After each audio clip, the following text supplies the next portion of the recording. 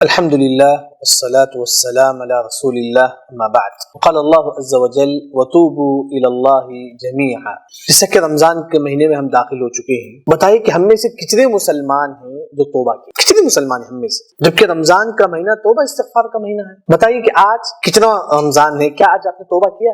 کتنے دن آپ سے گزر چکے ہیں رمضان کے، کیا آپ نے توبہ کیا؟ بلکہ اللہ نے کہا کہ انکم تخطئون باللیل والنہار، لوگوں تم دن اور رات تم گناہ کرتے ہو، وانا اغفر الذنوب جميعا، میں تمہارے تمام گناہوں کو معاف کروں گا۔ کب اللہ تعالیٰ ہمارے گناہوں کو معاف کریں گے؟ فاستغفرونی اغفر لکم، دعا کرو اللہ سے دعا کرو، گڑ گڑاؤ۔ ٹھیک ہے، رمضان کا مہینہ توبہ استغفار جتنا ہو سکے۔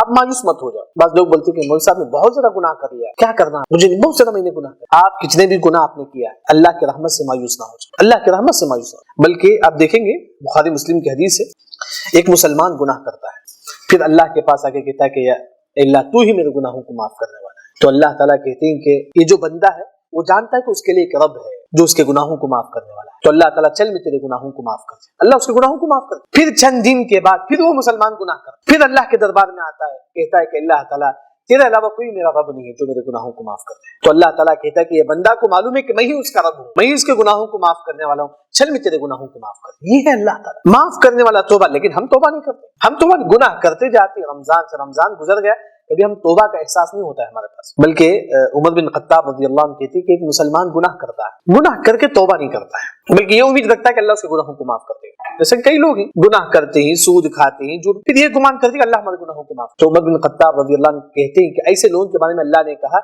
وَلَكِنْ ظَنَنْتُمْ بِرَبِّكُمْ أَرْدَاكُمْ فَأَصْبَحْتُمْ مِنَ الْخَاسِرِينَ۔ ایسے لوگوں کو اللہ تعالیٰ ہلاک کر دے گا، ان کا شمار خسارہ اٹھانے والوں میں سے۔ یعنی کہ آپ گناہ کرتے ہیں، گناہ کے بعد آپ توبہ کرتے ہیں۔ جب آپ توبہ کرتے ہیں اللہ تعالیٰ کتنا خوش ہوتا ہے معلوم؟ حدیث میں اس کی مثال ہے، جیسے کہ ایک انسان جنگل میں ہے اور جنگل میں اس کے ساتھ جو ہے نا اس کا گھوڑا ہے اور کھانا پانی۔ جنگل میں وہاں کوئی دکان نہیں ہوتا ہے، اب سڈن جو ہے نا اس کا گھوڑا گم جاتا ہے اور اس کا کھانا پانی بھی گم جاتا ہے، تو انسان کتنا بیزار ہو، کیونکہ جنگل میں کوئی ہوٹل نہیں ہوتا ہے، اب وہ جانور بھی گم گیا، کھانا پانی بھی گم گیا، تو کتنا بیزار ہوگا۔ اب انسان ڈھونڈتے ڈھونڈتے کیا کرتا ہے، اس کا گھوڑا کہاں ہے، اس کا کھانا پانی کا ہے، پورا گم جاتا ہے، بیزار ہو کے سو جاتا ہے۔ پھر اٹھتا ہے، اٹھ کر دیکھتا ہے کہ اس کے سامنے اس کا گھوڑا کھڑا ہوا ہے، اس میں جو ہے نا اس کا کھانا پانی، کتنا خوش ہوتا ہے۔ اللہ تعالیٰ کہتے ہیں کہ یہ بندہ کو گھوڑا ملنے کے بعد جتنا خوش ہوا نا، میں اس سے زیادہ جو ہے نا اس بندے سے خوش ہوتا ہوں جو مجھ سے توبہ کرتا ہے۔ کیا آپ توبہ کریں گے؟ تو رمضان کا مہینہ غنیمت سمجھ کے جناب توبہ کرو۔ السلام علیکم ورحمۃ اللہ وبرکاتہ۔